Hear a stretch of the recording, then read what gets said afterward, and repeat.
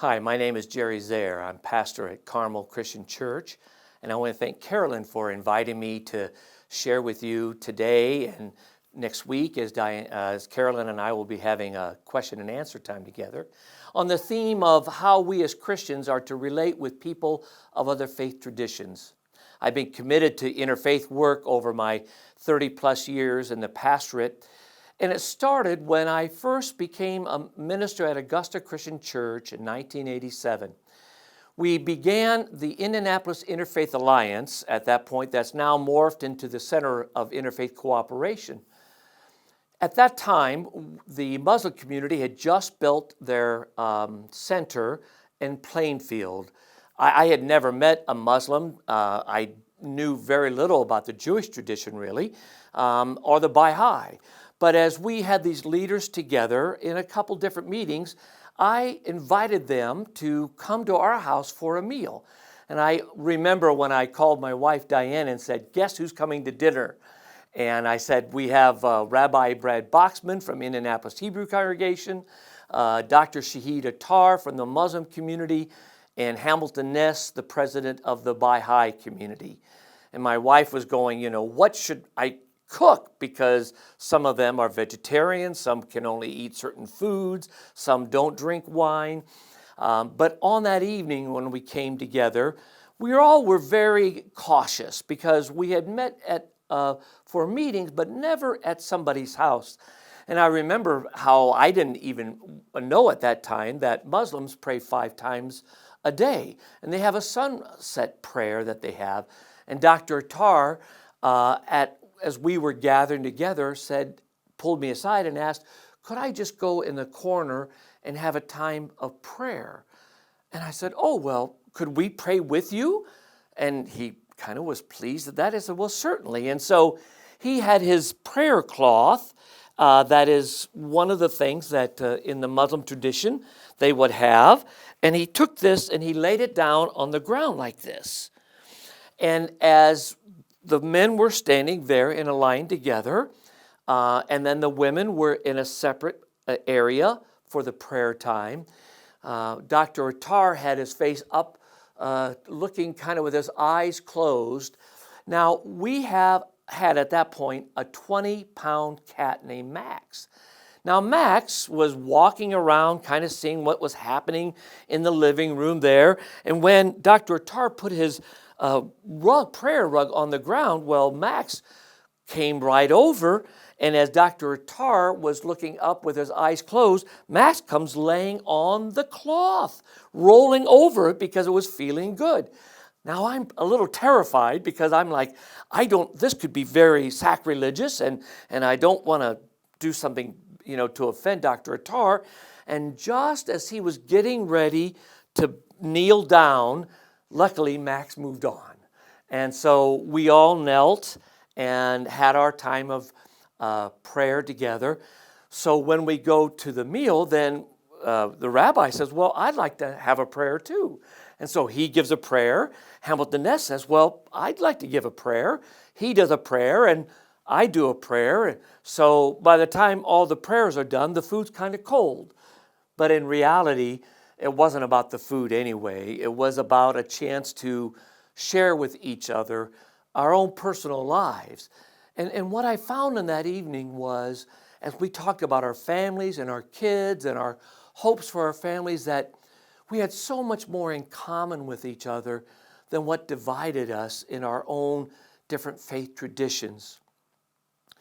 As I became more involved in the interfaith work, I saw that over and over again how people had misconceptions of other people of faith traditions because they really didn't know them. They didn't know very much about their faith. And so I can think of when ISIS came, people thought all Muslims were terrorists because we saw the ISIS killing people and calling for a holy war and a jihad. When in reality, there's 1.6 billion Muslims in the world. There was maybe 10,000 ISIS, and they killed more Muslims than they did any other people of faith traditions.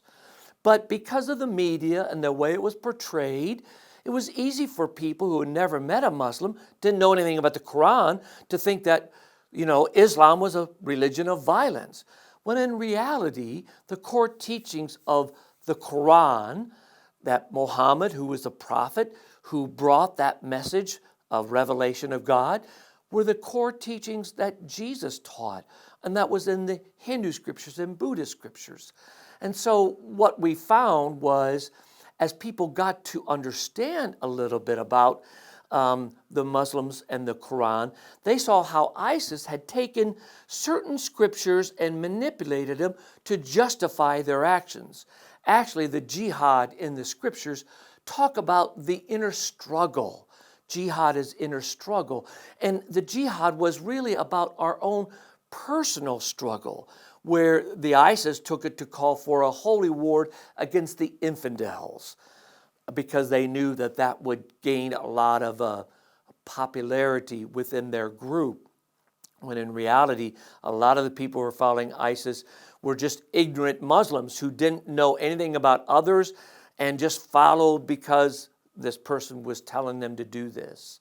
In the same way, when I get to know people out of the Hindu tradition, I was always taught that the people who were Hindus worshipped all these gods because they had a cow, or they worshipped a monkey, they worshipped idols. When I came to find out that the cow for the Hindus wasn't an idol that they worshipped, but they saw the divine within all of animals and all of everything. And they were so struck that the cow was such a sacred animal because they used the urine, they used the milk, they used the skin, they used every part of the cow to survive on. And so they saw this as sacred, kind of like the Native Americans understood the use of the land, and that if they were going to kill an animal, they were going to use it for their family, not just for the joy of killing.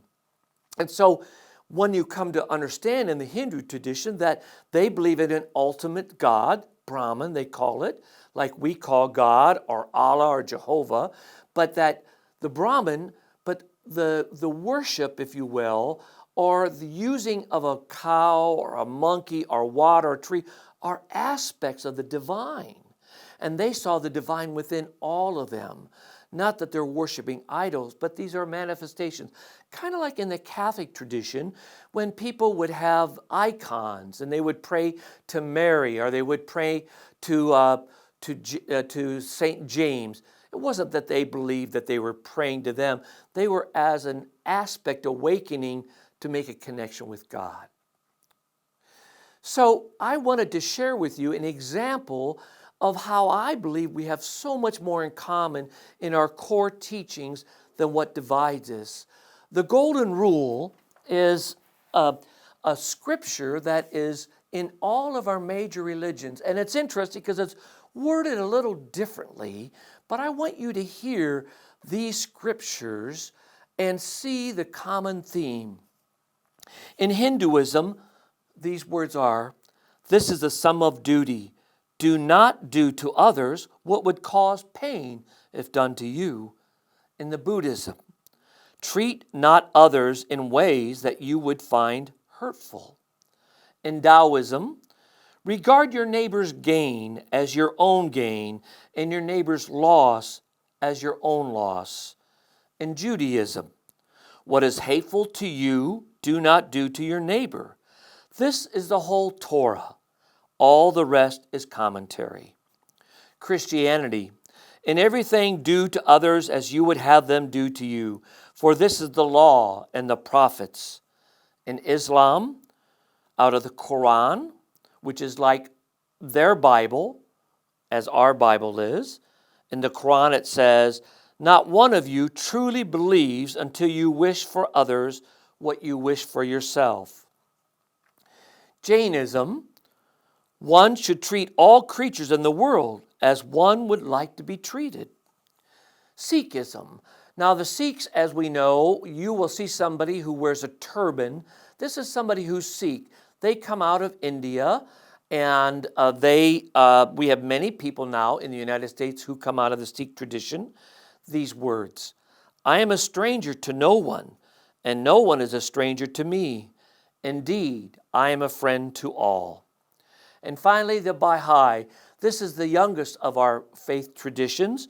It began in 1800, and the founder of this, Baha'u'llah, gives us these words: "Lay not on any soul a load that you would not wish to be laid upon you, and desire not for anyone the things you would not desire for yourself." As I've continued to learn about these faith traditions, I've found that we have so much more in common in the teachings, the core teachings about compassion, care for another, love of your enemy, forgiveness, doing justice, and working together.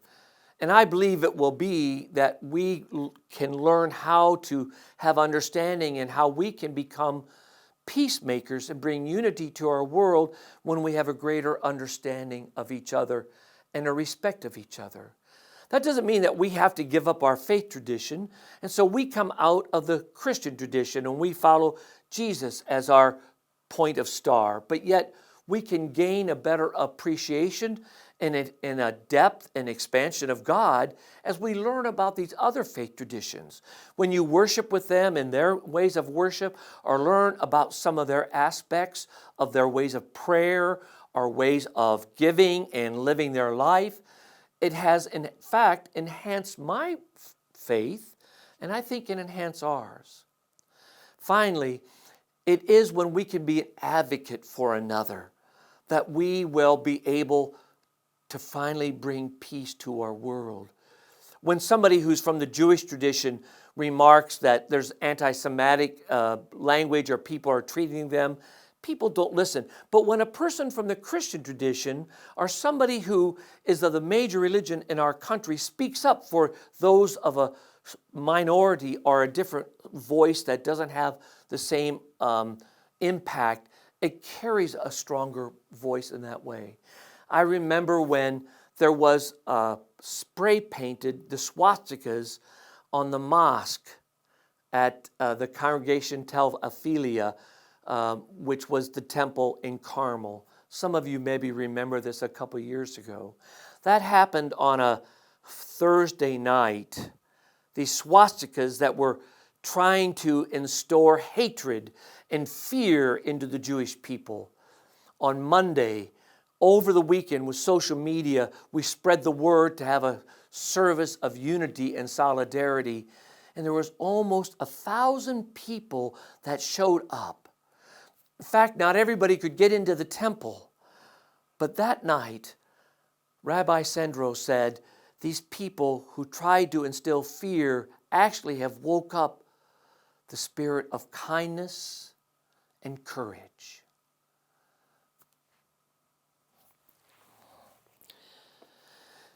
A couple years ago, Dr. Shahid Attar had gotten cancer. And he had given me this prayer cloth when I moved from Indianapolis back in 1997, after we had had the Indianapolis Interfaith Alliance for those 7 years. And he had given me this prayer cloth of his, and I've kept this all these years. And so a couple of years ago, when he was very weak, we had an Interfaith Thanksgiving service at Carmel Christian Church. And we gave the Ambassador Interfaith Award to Dr. Attar. He knew we were kind of doing this because we all knew he was going to be probably passing on and passing over very shortly. He was very weak. But I remember what he said to us that day, and that I say to you. He said, "Do not put flowers on my grave, but keep doing this important work." And so I hope that you will join with me in continuing to reach out to people of other faith traditions, to be able to learn about their faith, to be able to join with us in building unity and being peacemakers for our world.